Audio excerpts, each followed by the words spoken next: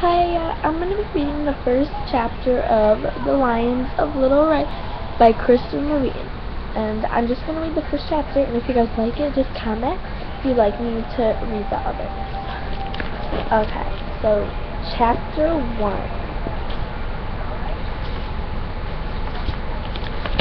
Chapter 1, Hi Dad. I talk a lot, just not aloud where anyone can hear. At least I used to be that way. I'm no chatterbox now, but if you stop me on the street and ask me directions to the zoo, I'll answer you. Probably, if you're nice, I might even tell you a couple of different ways to get there. I guess I've learned it's not enough to just think things. You have to say them too. Because all the words in the world wouldn't do too much good if they're just rattling around in your head. But I'm getting ahead of myself. To understand me, to understand me and how I've changed, I need to go back to 1958. It was a beautiful day in September, and I was standing on the top of a diving board. The blue sky was reflected in the water below.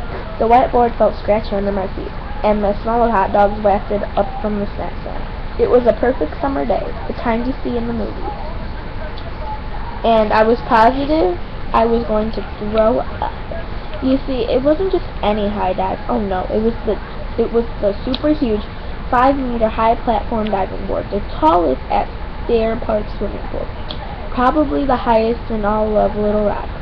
It might have even been the highest in all of Arkansas, which wouldn't have been a problem if I hadn't been afraid of heights, but I was. Sally McDaniels had told me she was going to jump off and asked if I wanted to come. Everyone at the age of 10 had already jumped off the board a dozen times, except for me, and I was practically 13. It was easier to nod than say no, so there I was. Sally was waiting behind me on the ladder, blonde and blue-eyed. She wore a pink suit the exact color of her toenails. Sally wasn't really pretty, but no one ever noticed because she acted like she was. "Are you all right?" she asked. No, of course I wasn't all right. I mean, I wasn't sick or anything, but I was standing perfectly still, frozen as a popsicle, counting prime numbers in my head. A prime number is a number that can only be divided by itself in one. There are 25 of them under 100, and reciting them sure does help me when I'm nervous. "Go ahead and jump," Sally said. I didn't move. A plane flew across the clouds. 2, 3, 5, 7, 11. I wish I were a stork and could fly away, or a flamingo, or a penguin, except I didn't know they flew. "Marley," Sally said, "there's a bunch of people behind us." I hated holding them up, so I took a step toward the edge of the platform.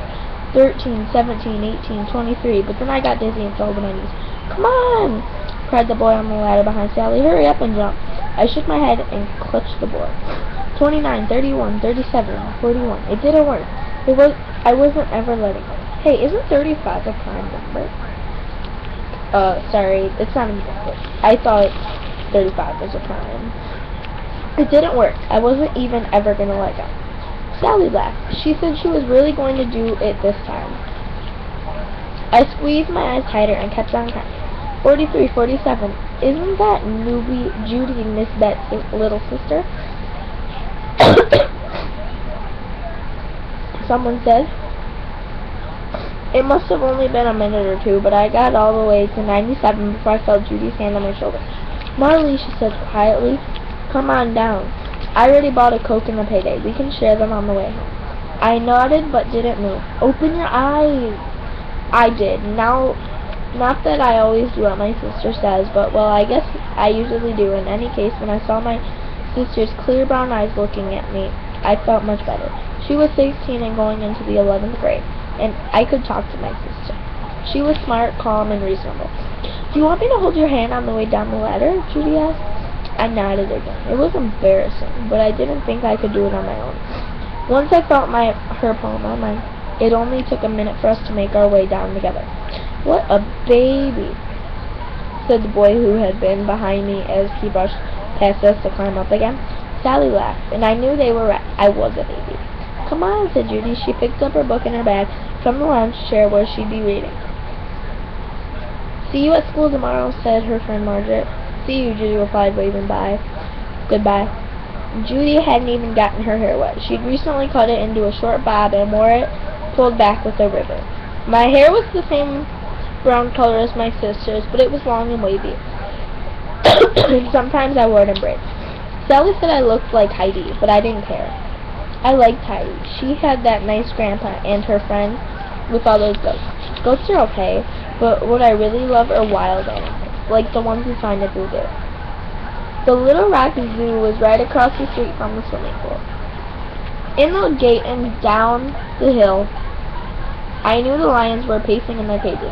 At night, Judy and I listened to them roar, but during the day they were quiet like me.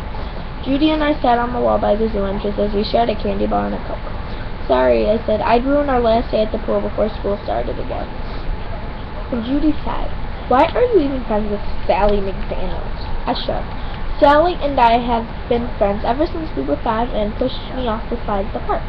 She likes to boss you around. That was true, but she was also familiar. I like familiar.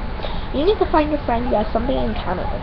Someone who likes to do the same things as you do. That's what I stopped listening. I knew all her advice by heart. I needed to find someone who was honest and friendly and nice. I knew all the ways I was supposed to meet this imaginary friend too. Just say hello, ask someone a question, give me a compliment. Maybe it could work. If I could ever figure out the right words. I know it sounds odd, but I much prefer numbers to words. In math, you always get the same answer, no matter how you do the problem.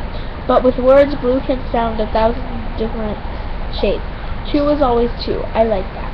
Judy finally finished lecturing, and I said, it's easier to put up with Sally. Sometimes she's really nice. Yeah, Judy said, sometimes. So that was chapter 1 of The Lions of Little Rock by Kristen Louise. Just comment if I should just abandon and not read, or keep posting a video every day of me reading one chapter out there. Bye!